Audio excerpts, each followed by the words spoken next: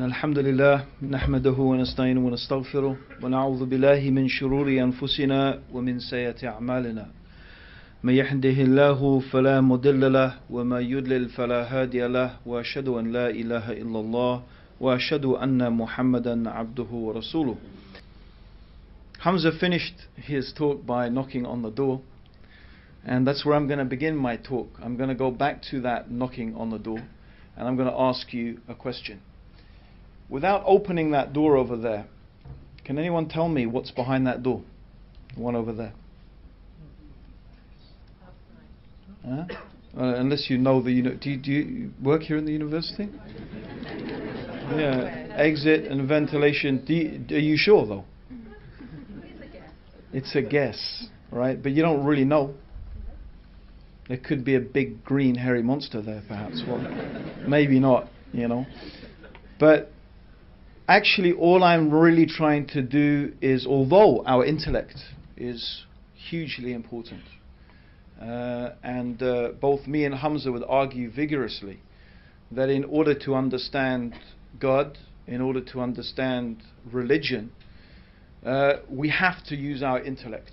And there may be other ways, but we would probably both of us argue that the intellect is one of the most important tools that we have. But your intellect has a limit.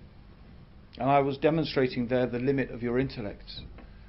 When it comes to something that is unseen, when it comes to the unseen, all you can do in reality is guess. You could take an educated guess. But I want to up the ante a bit here. And I want to propose to you something that I'd like you to think about. Imagine that you really need to know what is behind that door. In fact, let me suggest to you as a thought experiment for this evening that knowing what is behind that door is absolutely essential to your survival. Knowing what is behind that door is essential to your survival, and you have a limited amount of time in order to decide what is behind that door. You can't open the door. You're not allowed to open the door, but you have to come to a decision. If your decision is not right, it is going to affect your life in a most horrific way that you possibly can't even truly comprehend. That's my thought experiment. And imagine there are 5 or 6 people, or maybe more, competing for your attention, trying to persuade you that they can actually tell you what is behind that door. One of them may even be trying to persuade you that there is nothing behind the door. There is no door. The door is an illusion. There may be someone trying to convince you of that. There may be different people who are trying to convince you what is behind the door for various different reasons. But amongst those people, there is one who is going to be able to tell you the truth. I'm actually really trying to give you an example, as probably you might be aware, of different religions in the world. Often people present this argument. Okay, it makes sense that there's a God. It's logical, it's rational. The most rational proposition, and I would just really sum up my opinion about Hamza's quite detailed and philosophical discussion, is that the most rational conclusion of the rational mind is that this universe has an intelligent, powerful creator, and that there rationally could only be one intelligent, powerful creator who is transcendent, who is different from this universe. So the creator of the universe is different from the universe. But that's pretty much the limit of what we can understand through reason. And I would say that actually, by the way, it is one of the, or perhaps even the most powerful argument for the truthfulness of the Quranic narrative. That the concept of God that is taught by the Quran is exactly this concept, that this universe has been created by a powerful and intelligent being who is transcendent. By that I mean that God is not like anything in the universe. And the Quranic concept of God does not compromise that in any way by, for example, claiming that some creature, such as a human being, shares the power, the knowledge, or the attributes of God. And that would be a self-contradictory statement. If you think about it, if you're claiming that a created being has any of the power of the knowledge of the ability of God, then the whole basis upon which you build an argument for the existence of God in the first place, it falls down. It demolishes itself. So that's what I would propose, first of all, is one of the most powerful arguments, one of the most persuasive arguments, that a person should believe what the Muslims are saying. Because the similitude or the example I'm giving of the door is really the example of the afterlife. It's the example of the afterlife. It's also the example of knowing God. How can we know God? Through what means can we know God? Is there a means to know God? All of these questions and more, the ones that Hamza also introduced. The purpose of life. Why are we here? What is it all for? What is the reason for our existence? These are, of course, all the questions that religions in various different ways try to answer. And there is another issue, the problem of evil. Of course, this has been raised a lot recently, with the earthquake in Haiti, and before that with the tsunami. And constantly there are these disasters, and priests and bishops and imams and theologians and philosophers are presented, and how does God, a good God, let these things happen? And of course there are certain atheists, well-known atheists, who imagine that this is a very powerful argument, a very persuasive argument, that God does not exist. But I'm sure if you manage to follow Hamza and his arguments, you will first of all and very importantly realize that the existence, or what they call the problem of evil, has nothing to do with the existence of a powerful, intelligent being who has brought this universe into existence. It's got nothing to do with it. The existence of earthquakes and disasters and AIDS and human beings killing each other has got nothing to do with the question as to whether there is a creator or not. And trying to connect those two is an emotional argument. It's an emotional argument. It's not a rational argument. It's emotional. Extraordinary from people who claim to be atheists, who claim to be rational. There is no logical connection between the two things. How do you explain an organized, systemized universe?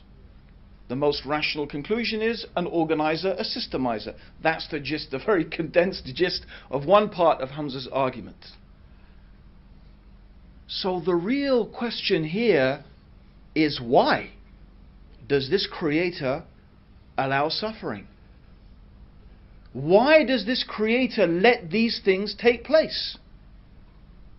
Why does this God create a world in which there are earthquakes and tsunamis, in which children die, in which there is rape and murder and genocide? Why?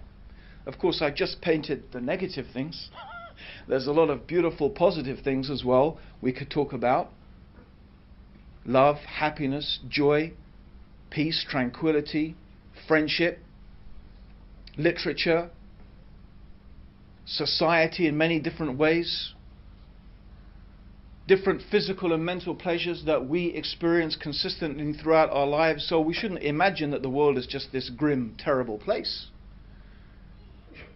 But the question of these evil things, as they're called, evil things, is not a question about God's existence It's a question of why. Why does the Creator let these things happen?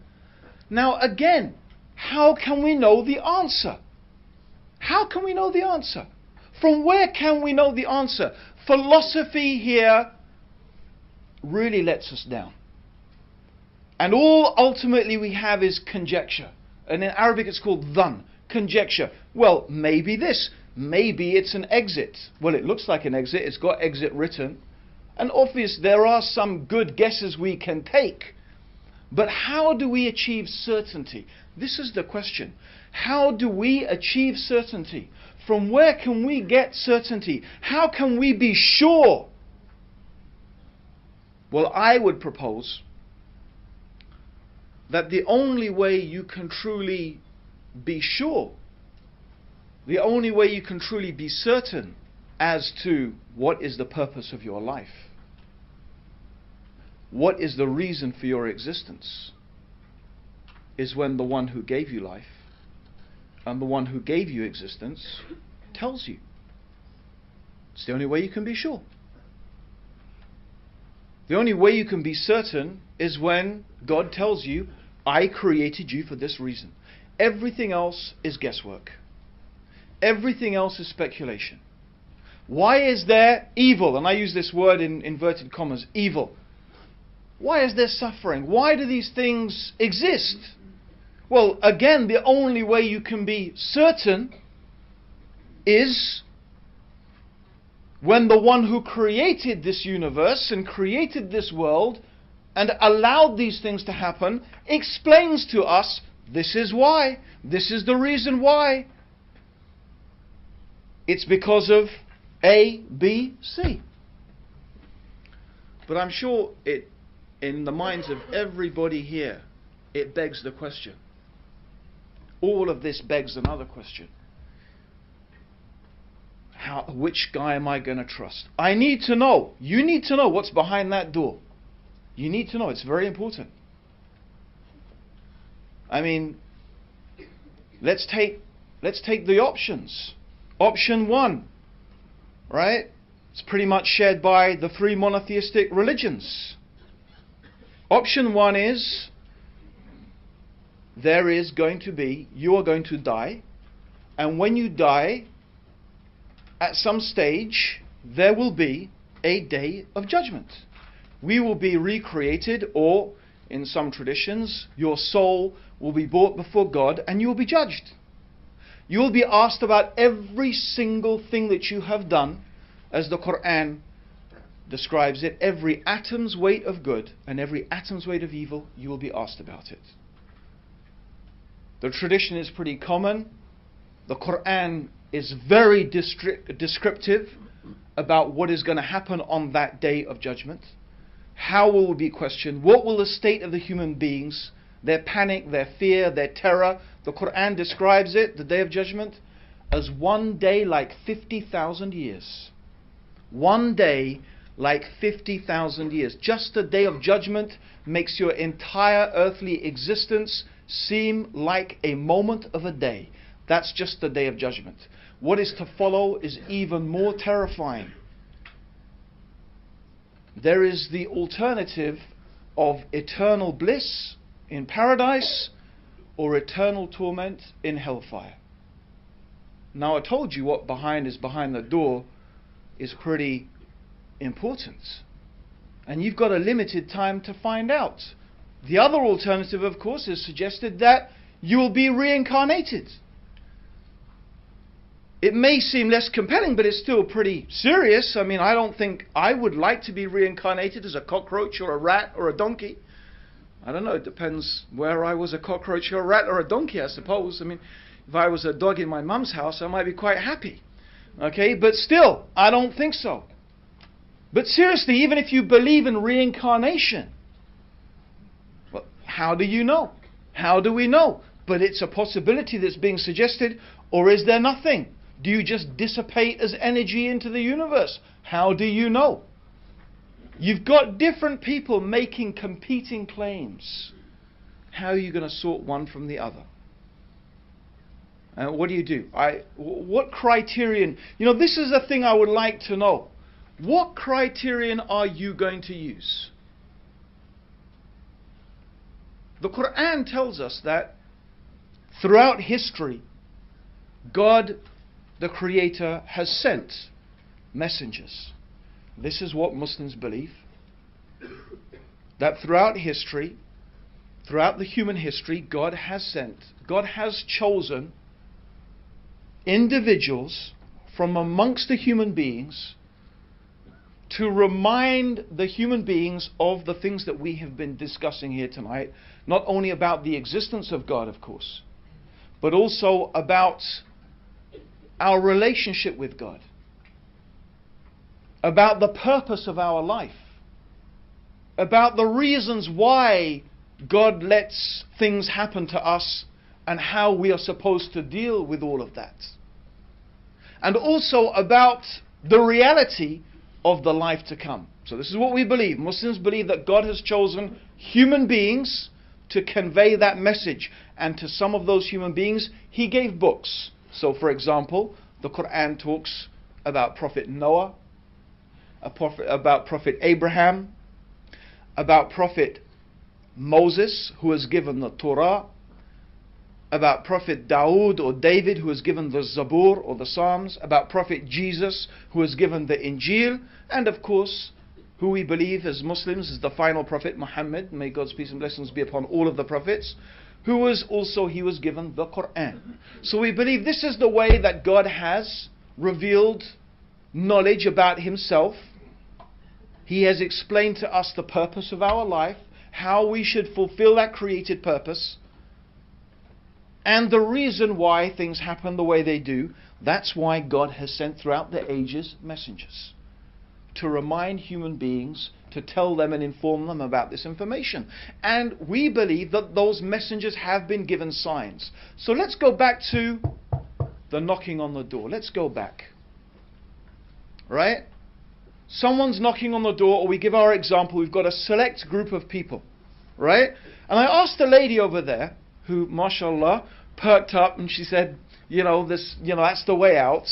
What did I say to her? Can everyone remember what I asked her? How do you know?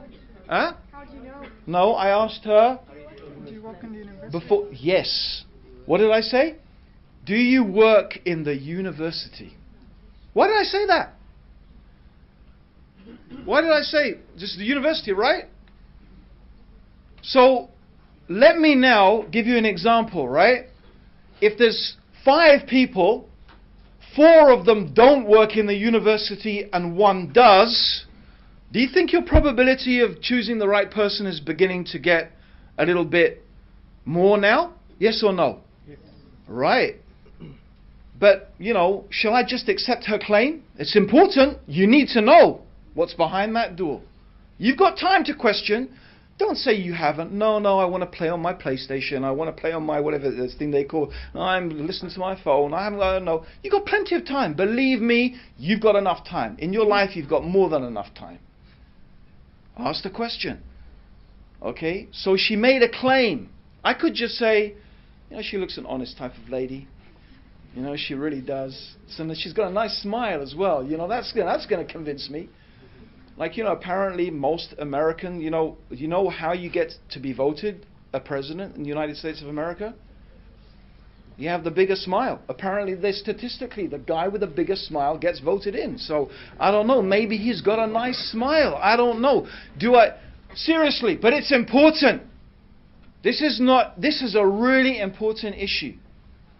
So maybe, I might ask her, do you have some ID? You say you work in the university. Can you prove it to me that you work in the university? She says, yeah, sure. So out of her back pocket, she pulls a pass. Right? This is the University of Newcastle, right? University of Newcastle, right? Northumbria. You see, there you go. Okay? I'm in the wrong planet already. Okay? So, University of Northumbria. It's written there. And there's her photo, and that sure looks like her. Right? Now, how much more are you going to be convinced? Yeah? And then what if she tells you, well, actually, I know what's behind that door because That's the way I take every day to my office. And, bit by bit you could get more and more convinced. Do you understand what I'm trying to say? Is that there are signs. There are things that would indicate to you whether that person is speaking the truth or not. And that's exactly what we believe that God has given to His messengers. God has given to His messengers. Right? He has given them signs. They were given things that when a person sees them and they study them and they look at them, they know that these are indications that that person must be speaking the truth and they must be truly what they claim to be. It's interesting that C.S. Lewis, he gave a criterion. He said something which, as a principle of analysis, we Muslims happily accept. But we don't accept his premise, and I'll tell you why. But he said concerning Jesus, he said that either Jesus, and he said this in respect to his belief that Jesus is the Son of God, and presumably that Jesus is God, that either Jesus was a liar, or he was deluded, he was mad, he was a madman, or he was speaking the truth. And he says, well, if you look at the life of Jesus and what Jesus said and how he behaved, you can eliminate those. You can say, well, he wasn't a liar and he wasn't mad, so he must have been speaking the truth. There is, of course, another possibility. The other possibility is that what has been taught to you about Jesus is not true. And the things that you claim he said, he never actually said. I just say that because although I actually accept the basic argument, I don't accept his conclusions for that extra reason. But let's just say, it's actually a totally valid analysis to make of any claim of any individual. Anything anyone claims, anyone makes a claim. They could be lying. Lying means they are purposefully trying to deceive you. They know very well that what they're saying is untrue, but they are lying. They are purposely trying to deceive you. That's one possibility. And this, of course, applies to anyone claiming prophethood. I know what God says. I know God's telling me why you're here, what the purpose of life is, where you're going to go after you die. I know. How do you know? God told me. So you can analyze. Is he truthful? Is he a liar? Is he deluded? And each different person will display different characteristics. The liar, and as I'm sure you probably, most of us learn, I don't know, I learned that in my life, right? I learned that usually a lie leads to another lie, which leads to another lie, and then you have to lie to cover up the lie that came before. And you could be a good liar, and maybe you could go for quite a long time, but sooner or later, the pack of cards of lies just collapses around you. Because you just have to keep on making up lies to cover up. I think most of us hopefully learned that when we were kids, right? Okay? Maybe politicians didn't, I don't know. No offense to politicians. There are some very, very good politicians and who are sincere public servants. We have maybe an unjust view of politicians. Okay? It's just a cheap joke, really. But the point being, seriously, the serious point is the point about lying. It has a characteristic. Similarly, a deluded person. Now, what's the difference? A deluded person is saying something untrue, but they really genuinely believe it. That's different. You see, the person who is deluded is sincere. They actually really believe it. So they could display some of the characteristics of a truthful person, right? But actually they are either, maybe a devil or a spirit is telling them, or they have some psychological problem or whatever. They truly believe that they are receiving revelation from God, but indeed, in one way or another, they are just suffering from a delusion. And I'm sure you can understand, therefore, that the characteristic of that person is very different from the liar. Very different. But there are still ways that you can identify that. The third option, as long as we agree that what we are hearing and observing about this person is accurate, then the third and only third option is that that person is speaking the truth. Now it's very interesting, because if we can apply this criterion to any man who comes along and claims that he is receiving revelation from God, that he is a prophet, maybe we can begin to make a type of decision. Because hopefully we would agree that, let's go back to our people. You have to know what's behind the door, right? What process are you going to use? And I often ask people this. If someone comes knocking on your door, right, and says, I've come to read the gas meter, I don't know here about in Newcastle, right? But I mean, in London, we live in an almost, I feel we live in an almost permanent state of fear. I really do. I haven't been outside to my garden for, I don't know, quite a few days, because it's been pretty cold and I was away, and I was on a trip abroad, and I came back, and sure enough, what did I find? Someone had actually crowbarred open the door of my garage and been rummaging around in the garage. It's my kids are terrified. My kids, but I didn't even tell them, because they live in fear. Which is what we could come to about, does our society need religion? I think Hamza introduced that subject very nicely, with the problem of, how do we know what's right and wrong and good and evil? What's our morality based upon? If we don't have religion, do we even have morality? Isn't it morality therefore just a social construct? It just changes from hour to hour, minute to minute. And if it changes from hour to hour, minute to minute, do we even have really morality? No, that's his argument, and I agree with it. We don't. It's illusionary. You need, and this is why I'm going, you need this certainty. But the certainty is important. We need to know that this is really from God, and this is our problem. In the rational age, we need a rational explanation. We need a religion that not only teaches us morality, but we can have rational reasons to believe that that religion truly is from God. And I would invite you to make that examination, not based, by the way, on morality. Interestingly enough, I'm going to say you need to put aside morality. Why? Because it could be that our society has adopted a whole fallacious approach to morality anyway. Where have we got to? What have we concluded with? Maybe we have reached a stage where our moral compass has lost its bearings. You may say, well, Islam is immoral because of what? Because of, and then you make some pointers. You come up with all maybe the misconceptions, and maybe those things are even true. You say, well, Islam this, and Islam says that, and Islam allows this, and Islam allows that. But your judgment is based upon what? Your judgment is based upon what? Your culture.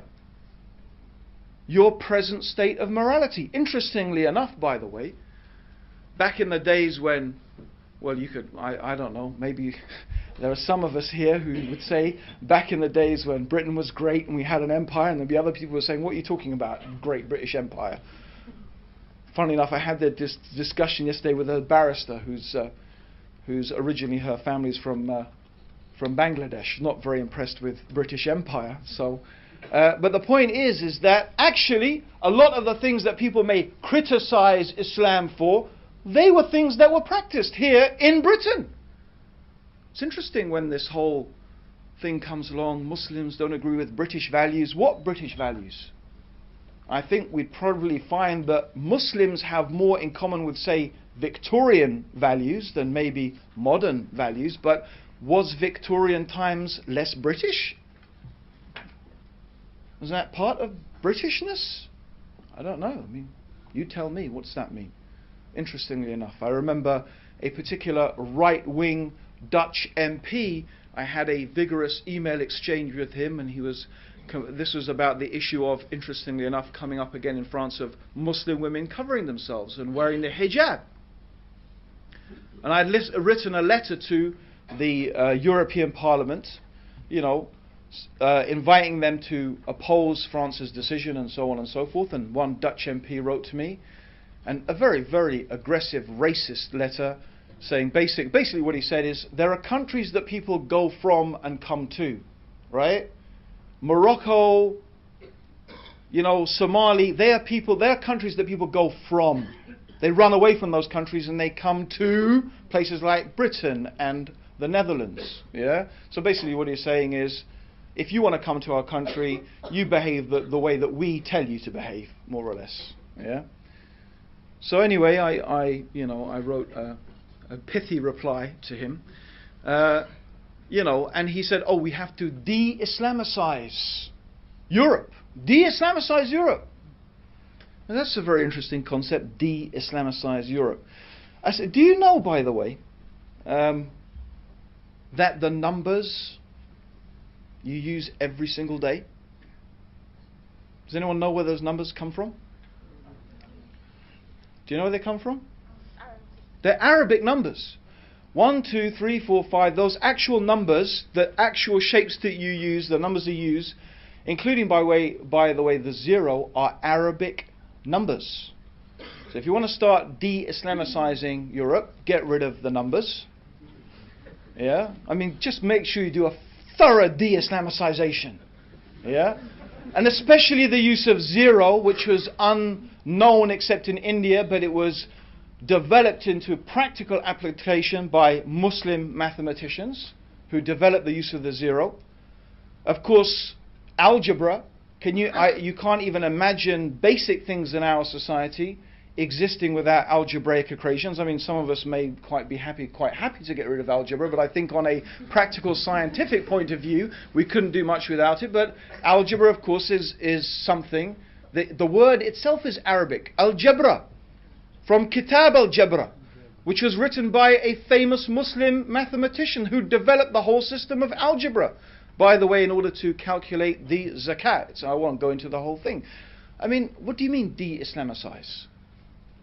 So, I mean, my point is morality. If you're going to use the position of morality, that's not a good position to take. No, we have to go back. We have to look at the basics.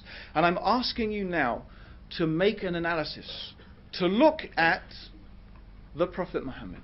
May God's peace and blessings be upon him. In the light of these three things, just these three things. Was he truthful? Was he deluded? Or was he a liar?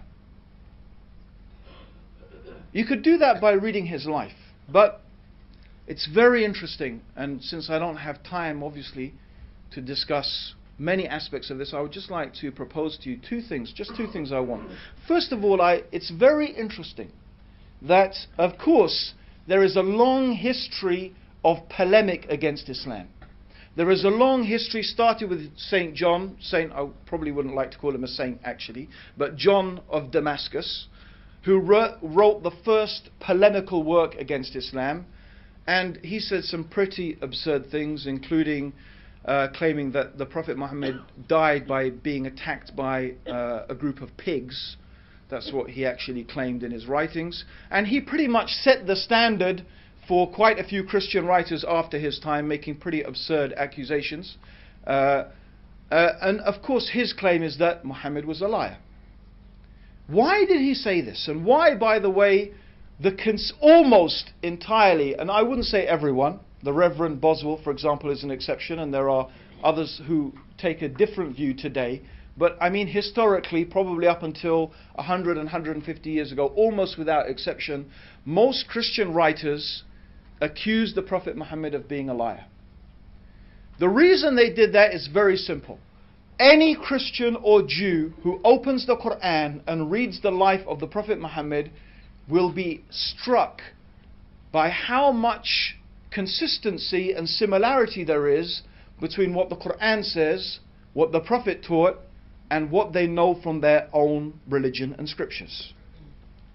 In fact, some of these things are very detailed matters of theology and philosophy, religious philosophy and law. In fact, some early Christians thought that the Prophet Muhammad was actually a bishop, a former bishop. That is the level of information they recognize to, because they have to explain, where did Muhammad get all this information? Where did he learn about heaven and paradise and the hellfire and Moses and Jesus and Abraham and Noah and the detailed dietary laws and so on? Where did he get this information from? Well, he must have learnt it from a priest, from a rabbi, from this and that, and then he must have what? Made it up and invented it and made this religion together. That's the only way they could explain and still obviously not agree that Islam was the truth, by saying, well, he must be a lie, he must have invented it. And it's very interesting that there is another group of writers, and these writers are much more modern, and people who have now accessed themselves to the sources and have begun to read for themselves about the life of the Prophet. In other words, not relying upon these Christian polemicists. And they said, well, that we don't really find evidence from the life and character of the Prophet Muhammad that he was a liar. In fact, it's extraordinary. His people used to refer to him even before he was a prophet, or he claimed to be a prophet, as they would say. They used to refer to him as Al-Amin, the truthful and the trustworthy one.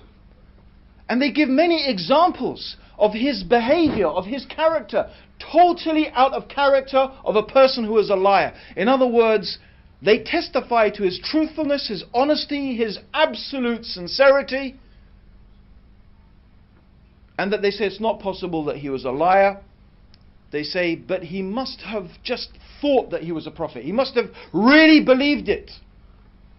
He believed it, but he was, epileptic, and people who have epileptic fits, they have these visions and so on and so forth. And so they tried to explain this by saying, well, he was deluded. He thought he was a prophet. That explains his sincerity, that explains his behavior. But of course, he wasn't speaking the truth any more than the liar was. But they can't reconcile his character with being a liar. But the interesting thing is, you can't be a liar and be deluded at the same time. That's why there's only three possibilities. And I'll give you an example.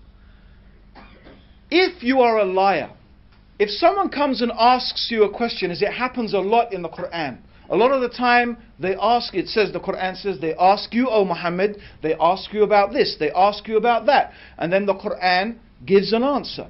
So imagine this, someone comes and asks the person, we're going back to our people, imagine here, remember, you need to know what's behind that door. So they come and ask a question. Let me test, let me see if this person really knows this. Now if you're a liar, what are you going to do? You want to give the right answer.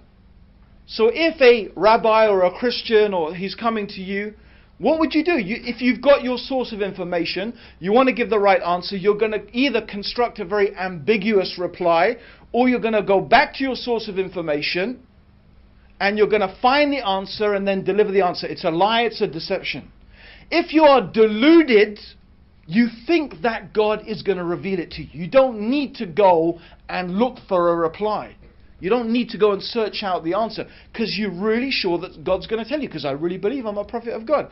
Do you understand how you can't be a liar and be deluded at the same time? Yet actually, if you try to look, where is the source of information? There were no priests, there were no rabbis, there was no one we can identify from where the prophet could have got this information. His character, as we know, and we can examine it, was the character of a truthful person. I just want to give one example. One example, and it's from a vigorously authenticated source. This is an amazing example, and I just leave it for you to ponder on it. After many years of the Prophet preaching his mission, suffering incredible hardships, difficulties, seeing his beloved wife Khadija of many years die after a boycott, having seen his followers tortured, killed, forced into exile into Ethiopia, the Muslims suffered terrible things. Eventually a group of people in a city called Medina invited the Prophet Muhammad and his companions to come and live there. And it didn't stop. Even then they were gathering armies to try and wipe out the Muslims. So you can imagine, this is going on for now, let me see, by that time, must have been nearly 18, 19 years. And in Arabian society, it's very, very important, it was important in those days to have a son. In fact, they used to mock the Prophet Muhammad because he didn't have a son. He had daughters, but all his baby boys died. And it was a source of mockery of the Prophet from the pagan Arabs. Actually, what happened was, after these 17 years, he had a son. There was a son from one of his wives, Miriam. She gave birth to a son. His name was Ibrahim. And when Ibrahim was 6 months old, a little baby, he died. Actually, he died in the arms. The Prophet was holding him as he died. So this child died in his arms. And even the Prophet was crying. And they used to think that, you shouldn't cry when someone dies. And, they said, oh, Messenger of God, you told us not to do this. He said, no, this crying is from compassion. It's not from disbelief in God or questioning God. It's just from compassion for that child. That's allowed. Anyway, it's not the point. The point is that on the same day that his son died, there was an eclipse of the sun. So his son dies. On the same day that his son dies, there is an eclipse of the sun. Now even today I've told some people that, and I didn't even finish my story, and they said, that's amazing, he must have been a prophet. Right? And sure enough, by the way, at that time people came running out. They said, look, even the sun darkens for the death of the child of the Messenger of God. This is what the people were saying. Now imagine this. Please think about it. If you're a liar, you've been inventing all these years, trying to persuade people you're a prophet and this and that, here's your chance. I mean, okay, your son's died, but still, after all of this, you'd say, you see, I told you, everyone. Didn't I tell you? Didn't I tell you? Look at that. What more do you want? True or not? Wouldn't a con man, a liar, wouldn't he take an opportunity like that? No doubt. And imagine if you were deluded. You're just a madman. You're just thinking and imagining the same thing. You'd say, yes, it's a sign from God. You see, I told you, I'm a prophet. God's sign. But actually, the Prophet Muhammad did not do that at all. In fact, when he heard the people, he called them. He called them, the big announcement. You know what he said? He said, this is the sun and this is the moon. And they are just two of the creations of God. And they don't eclipse for the birth or the death of any man. So when you see this, pray to your Lord. And then he taught them a special prayer to make when there is an eclipse. Is this how a liar would behave? Is this how a deluded person will behave? Or is this the words of a truthful man? I can only ask you, please, to think carefully. There are many people making many claims and being able to claim to tell you what is behind the door. I am absolutely convinced, as Hamza has introduced, and as I'm sure that I truly believe many of you here today would agree, that the loss of religion, the loss of an absolute anchor of morality in our society has set us astray as a society and is a large contributing factor to the increasing chaos that we find in the world around us. I have no doubt in my mind that society, Western society, the world as a whole, actually needs religion more now than it ever did. But where is the religion that can offer us certainty? Where is the religion that can offer us a rational certainty that is not merely based upon what our ancestors did, or just some belief, or maybe it just makes me feel good, or that person smiled nicely? Certainly I believe that all of us have a duty, as Hamza has mentioned the verses of the Quran, to think deeply about these issues to think very deeply about these issues. Of course, all we, both of us, have been able to do is a little introduction to all of you on a vast topic. It is our happiness and joy to be able just to stand here in front of you and share some of our thoughts, our understanding, our feeling. It of course is totally up to you and your own conscience, how you deal with it, what sense you make of it or not. As the Quran says, La ikraha fid din. There's no compulsion in religion. No one should be forcing anyone what to believe or what not to believe.